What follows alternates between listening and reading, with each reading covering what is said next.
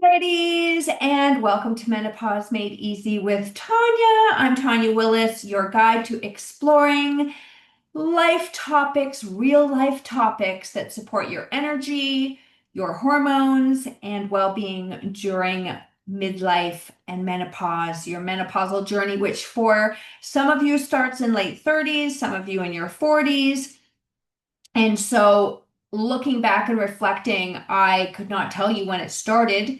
I could tell you some things that were happening that I had no idea were related to this menopausal journey. And when I speak with some of my clients that are younger than myself, and they're explaining some of their habits, and I'm like, or sorry, some of the signs and symptoms coming up, I say, yes, you are now in perimenopause.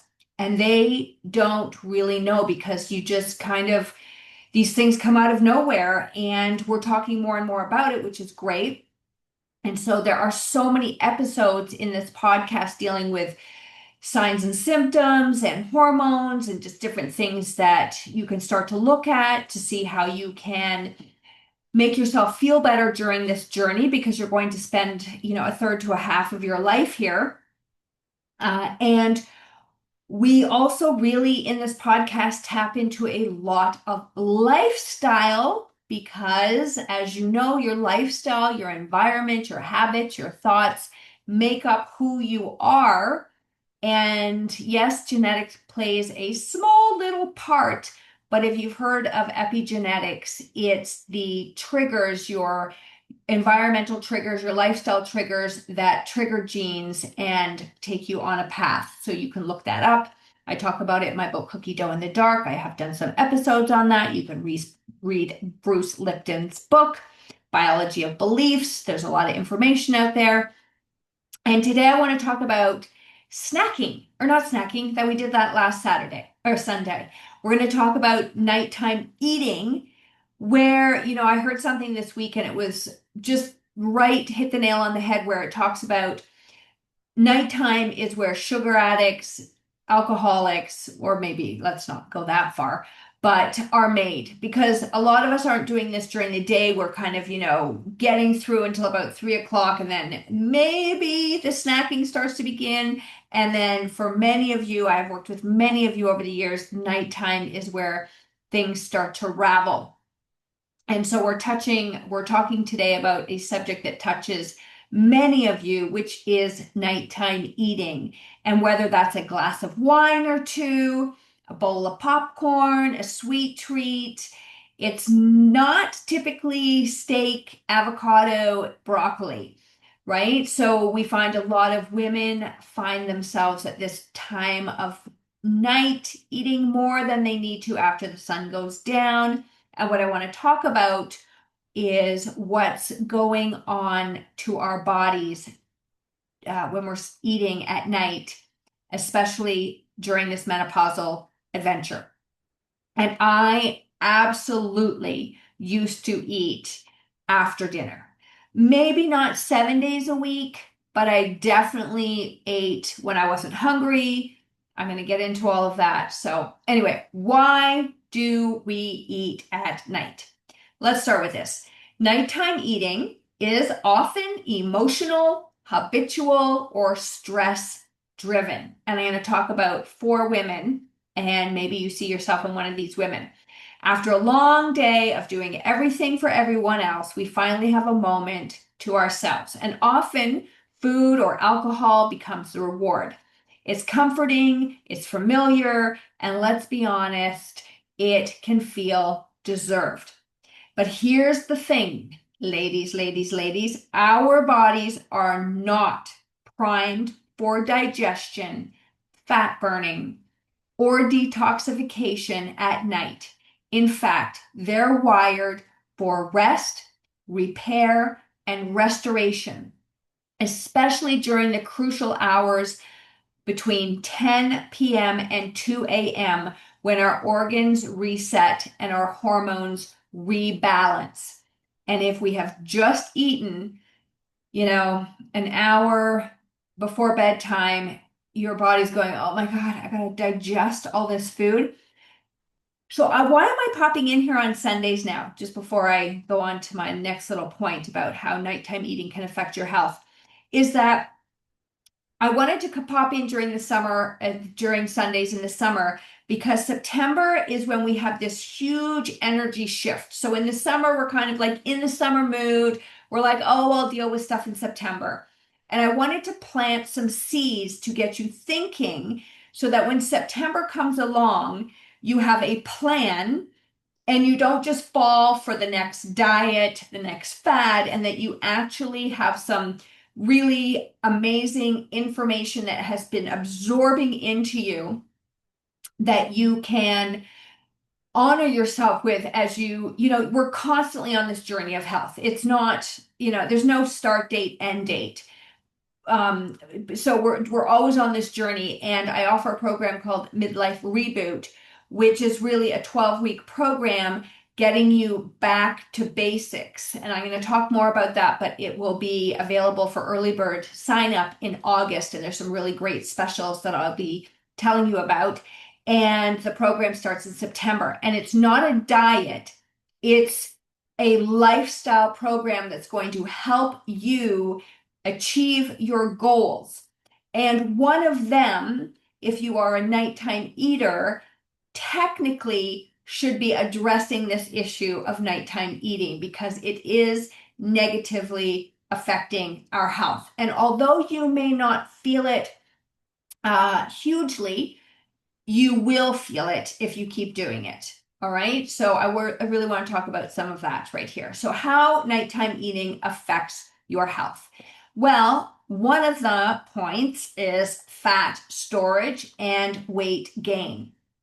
Eating late, especially carbs and alcohol, leads to increased insulin and blood sugar spikes when your body wants to be in a fasted, low insulin state instead. When you drink alcohol, you come right out of fat burning because you've ingested a toxin and it goes to dealing with that. When you eat a carb, okay, your body goes from rest, digest, healing to, oh my gosh, I got to digest this carbohydrate and deal with the blood sugar spike that just happened. This is not what we want to be doing. And both of these things lead to fat gain and weight gain, fat storage and weight gain.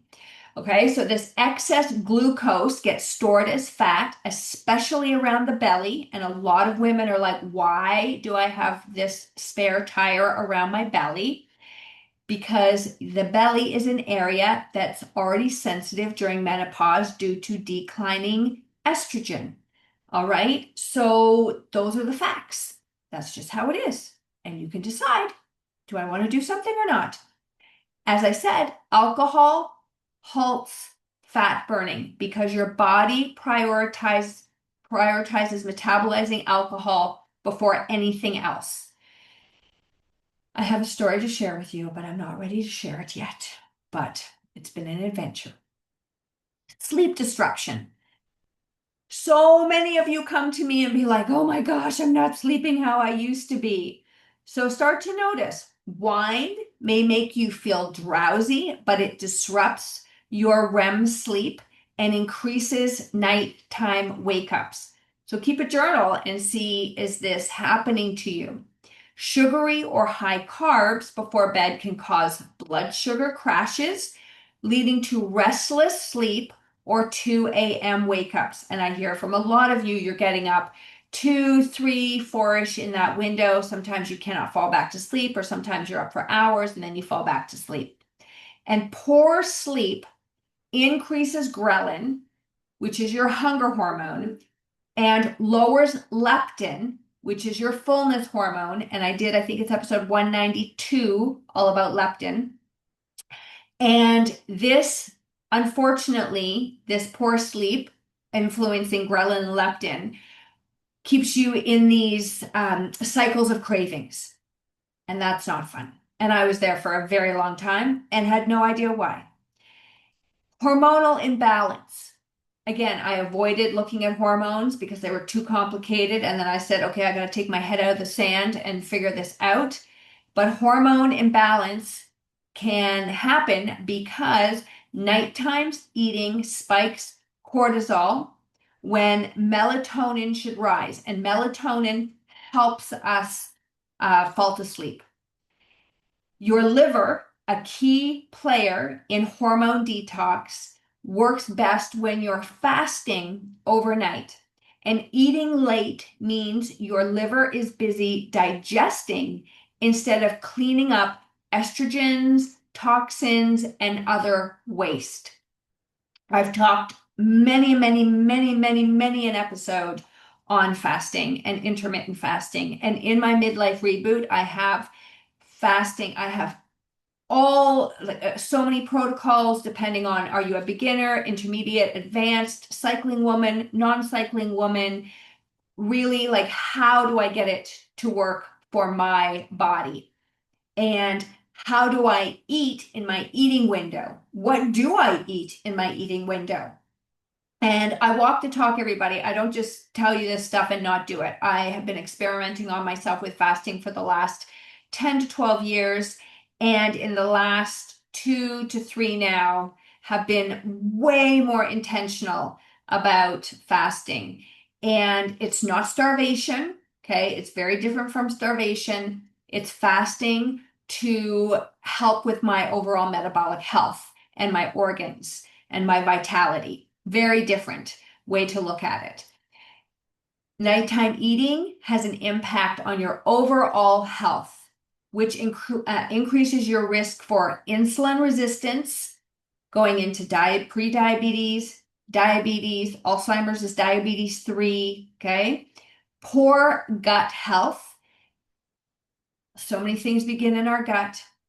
Inflammation, which is the root of all disease, cardiovascular issues, mood swings, and anxiety. If you are overeating at night, or nighttime snacking, I should say, and this is something you have really been trying to get your head around and how to do it, we will absolutely address this in the midlife reboot. And this is where we have a group of beautiful ladies, and we get together once a week, and I help you with your issues. So it's a very personalized approach. And the price is lower than what it would be if we do private coaching. Private coaching is always available if that is something of interest to you. I'm going to go over 4 women and their nighttime habits here and just see if you are in any of these women. And I'm going to give you something to think about as we go along here. So Lisa rewards herself. We're going to call her the treat mom. And we're going to say that she is 45. All right. So she rewards herself after the kids are asleep. She has a couple of glasses of wine, a bowl of chips while binging on Netflix. She's enjoying her treats. She is deserving of them because, boy, has she had a day. All right. The problem is that her treats are raising cortisol, blood pressure, blood sugar, and disrupting her sleep. The wine reduces her metabolism for hours, so she's not going to go into fat burning. She's going to go into fat storage. And the impact that this is having on her is that she is struggling with stubborn belly fat, fatigue, and waking up groggy despite 7 to 8 hours in bed. And she has no idea that her nighttime eating is making her feel this way, which is what happens a lot of the time.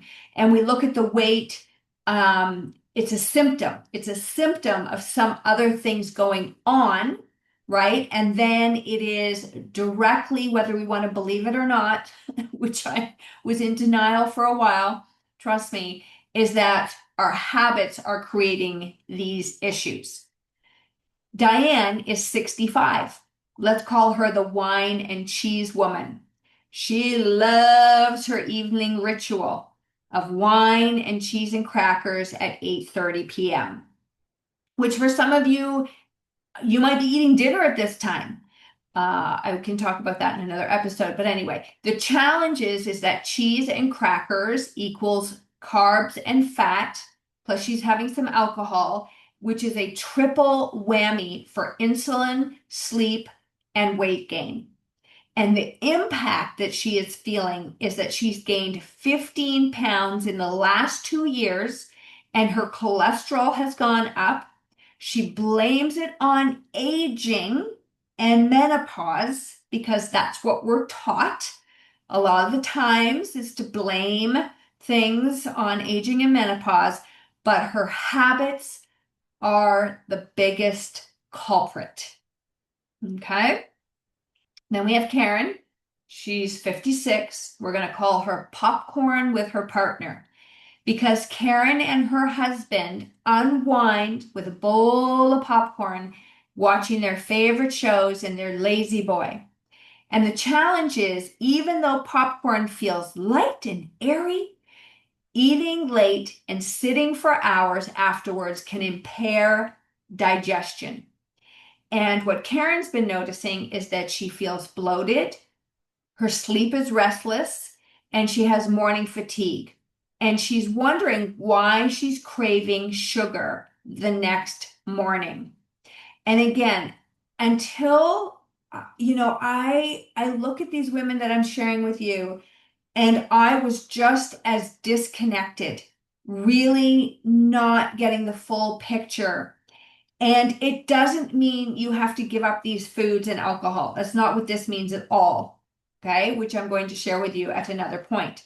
It just means that these absolutely could be contributing to how you are feeling the next day and impacting your fat and weight loss goals. Susan, we're going to call Susan a healthy snacker. All right, she's in her 60s and she reaches for dates and nuts and some dark chocolate, and she's really trying to keep it clean, which is probably where I was on my transition. And listen, there's nothing wrong with transitioning. I talked about that last week on my snacking episode. I really got personal with you.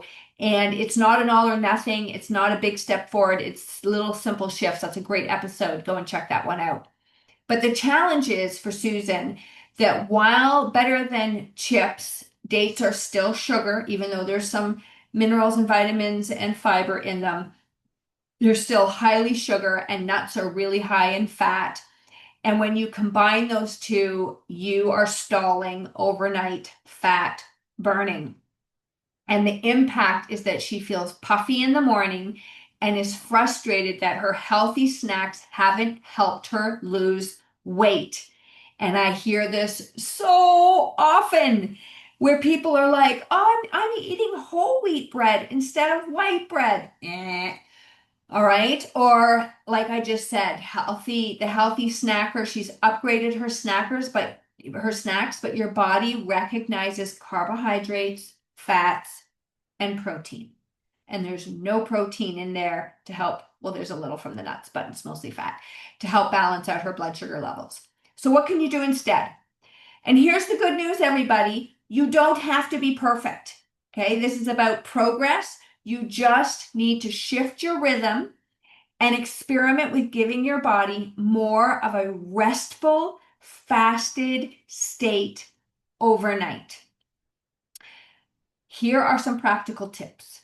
Set a cutoff time for food. Ideally, you know what? I'm not even going to give you a time. I'm going to say, look at when you're stopping now and see if you can start to shift it back. And I will add in a bonus tip of eating in daylight hours and not eating 3 to 4 hours before bed. Okay, you figure out your time. Replace wine with a mocktail. Here's a little caveat. Mocktails have a lot of sugar. So I would tend to go to a mocktail that is more of a soda and lime or a calming tea like lemon balm, chamomile, reishi, some mushrooms in there. Add some mint, make it an iced one, make it hot, fancy it up, put it in your best mug or glass. Okay. That's a whole other conversation. Glasses. Anyway, it's super interesting. Enjoy a protein-rich dinner to reduce your cravings later on, which is about 20 to 30 grams of protein. If you must snack, opt for low insulin impact. Warm milk or plant-based milk if you want that, with some cinnamon, maybe some turkey roll-ups with a pickle in the center, a boiled egg, something that is more protein satiating, that's not going to spike your insulin levels. Use habit stacking. Replace the eat and TV routine with stretching, journaling, a bath, some connection, because there's this trigger. I've done many episodes on this. You see the TV, you want to eat something. One night a week, can you do something different? Or say you're doing this only 3 nights a week, can you make it twice a week? Start with tracking your sleep. You'll see how one glass of wine or one snack can derail a full night's sleep. Now, I have mentioned before that I used to use a sleep tracker just for 3 months for curiosity, just to see what was happening. But I have heard so many of my girlfriends who were nighttime eaters and drinkers really change their, like, it's been very helpful for them to change their habits, because they can really see the direct impact that their eating and drinking at nighttime is having on their sleep, and then therefore their energy the next day, their cravings the next day, etc. So these devices are actually really beneficial and helpful at helping us change our habits. And then create a wind down ritual. Dim the lights, have some magnesium, maybe enjoy some screen-free time by reading a book or listening to something that's gentle, that's going to prepare you for bed. So those are some ideas to help you do something instead. I've given you some habit changes. I've given you some eating changes. Let me know what is going to work for you. And we want to do this all with gentle self-awareness. This isn't about guilt or perfection. It's about becoming curious, compassionate, and conscious of how your nighttime choices affect your sleep, your metabolism, your fat storage, your mood, your energy. And again, I can say with clarity that I was not aware of what my nighttime habits were doing to my next day. I did not connect them together, but there is definitely a connection. And then you get into this vicious cycle. And so it's absolutely up to you whether you break it or not. That's your choice. And I go for sustainable, long-term solutions, not quick fix. So I don't want you to knuckle or willpower your way. I really want you to lean into embracing and being conscious, curious, compassionate, loving to yourself as you move through this. And here are some questions to ask yourself, which is what I ask myself. Am I physically hungry at night, or am I emotionally needing comfort or connection? Or am I really tired and I should just go to bed? What does my body need more of? Rest? Or food? Is this habit helping me feel how I want to feel tomorrow? Those are some really consciously curious questions to ask yourself, and it takes you out into a different brain and gives you time to ponder. I'll just leave it at that for now. I'm not going to get into a whole brain thing here. So nighttime eating is often a quiet sabotageur of your health goals. And by becoming more intentional, listening to our bodies, and shifting towards supportive rituals, we can reclaim our evenings as a time for healing instead of harming ourselves. You're not alone in this journey.